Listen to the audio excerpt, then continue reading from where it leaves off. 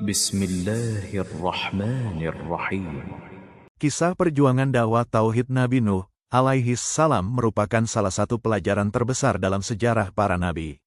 Beliau diutus kepada kaumnya yang telah tenggelam dalam kesyirikan, menyembah berhala seperti Wet, Suwa, Yakhuts, Ya'uq, dan Nasr. Dakwah beliau berfokus pada satu hal utama, yaitu mengajak manusia mentauhidkan Allah dan meninggalkan segala bentuk penyembahan selainnya.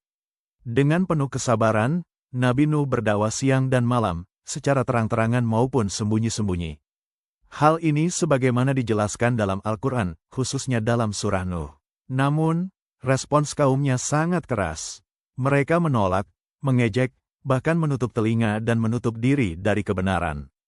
Meski demikian, beliau tidak berhenti berdakwah selama ratusan tahun. Dalam surah Al-Ankabut disebutkan bahwa beliau tinggal di tengah kaumnya selama 950 tahun. Penolakan kaumnya semakin menjadi-jadi. Mereka bahkan mengancam dan merendahkan Nabi Nuh, menyebutnya sebagai manusia biasa yang tidak layak diikuti. Para pemuka kaumnya juga berusaha menghalangi orang-orang lemah untuk beriman. Namun Nabi Nuh tetap teguh, tidak tergoda untuk mengusir pengikutnya yang miskin, karena di sisi Allah, kemuliaan bukanlah pada harta atau kedudukan. Setelah dakwah panjang yang penuh kesabaran, hanya sedikit yang beriman. Dalam kondisi tersebut, Nabi Nuh memohon kepada Allah agar menurunkan keputusan terhadap kaumnya yang membangkang.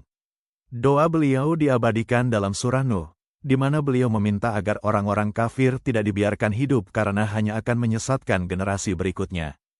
Allah pun memerintahkan Nabi Nuh untuk membuat sebuah kapal besar.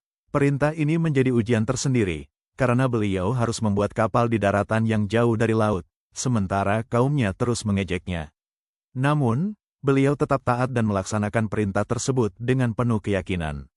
Ketika azab Allah datang, air memancar dari bumi dan hujan turun dengan deras dari langit. Terjadilah peristiwa besar yang dikenal sebagai banjir Nabi Nuh. Kaum yang ingkar pun ditenggelamkan, sementara Nabi Nuh dan orang-orang beriman diselamatkan di dalam kapal. Salah satu momen paling menyentuh adalah ketika anak Nabi Nuh sendiri menolak beriman. Meski telah dipanggil untuk naik ke kapal, ia tetap memilih berlindung ke gunung. Namun, takdir Allah tetap berlaku, dan ia pun termasuk yang tenggelam. Peristiwa ini menunjukkan bahwa hidayah adalah hak prerogatif Allah, bukan semata hubungan darah. Kisah Nabi Nuh mengajarkan banyak pelajaran penting. Di antaranya adalah kesabaran dalam berdakwah, keteguhan dalam menghadapi penolakan, serta keikhlasan dalam menyerahkan hasil kepada Allah. Dakwah tidak selalu diukur dengan banyaknya pengikut, tetapi dengan kesungguhan dan keteguhan dalam menyampaikan kebenaran. Selain itu, kisah ini juga menegaskan bahwa tauhid adalah inti dari seluruh dakwah para nabi. Penyimpangan terbesar manusia adalah kesyirikan, dan tugas utama para rasul adalah meluruskannya. Nabi Nuh telah mencontohkan bagaimana dakwah tauhid harus ditegakkan, meskipun menghadapi rintangan yang sangat berat. Manhaj dakwah tauhid yang ditempuh oleh Nabi Nuh alaihi salam menunjukkan metode yang sangat lengkap dan penuh hikmah.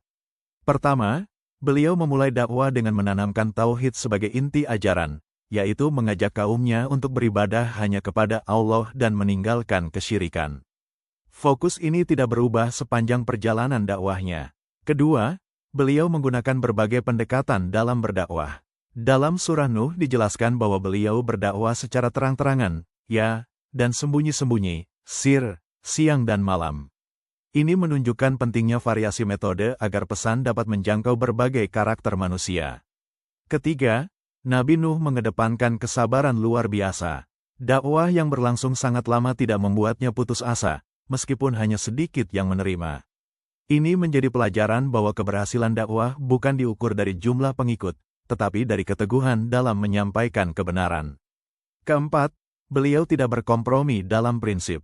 Nabi Nuh tetap tegas dalam tauhid dan tidak mengikuti keinginan kaum elit yang ingin menyingkirkan pengikutnya yang lemah.